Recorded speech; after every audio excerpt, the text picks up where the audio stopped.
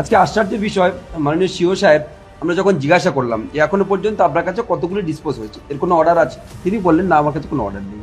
এক, কতগুলো ডিলিট হয়েছে, কতগুলো বাদ গেছে, তারও কোনো সদুত্তর তিনি দিতে পারছেন না, বলছেন আমার কাছে কোনো ফিগার নেই।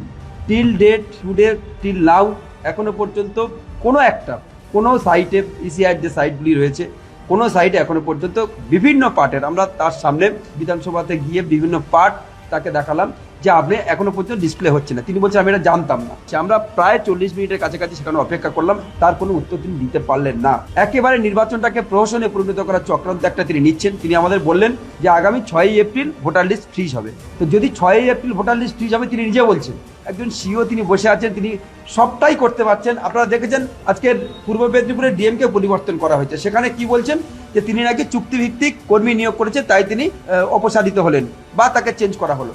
আজকে সিও দপ্তর বা ইসিআই বিভিন্ন অবজারভার নিয়োগ করছে, সুব্রত গুপ্ত সহ অন্যান্য অবজারভার যাদের নিয়োগ করছে, তাদের কি বেসিস নিয়োগ করছে? ইসিআই তাদের কি বেসিস, চুক্তিভিত্তিক নিয়োগ করছে না পার্মানেন্ট নিয়োগ করছে না কি নিয়োগ করছে? এটাও আমরা জানতে চাইলাম, তিনি তারও কোনো উত্তর দিতে পারলেন না।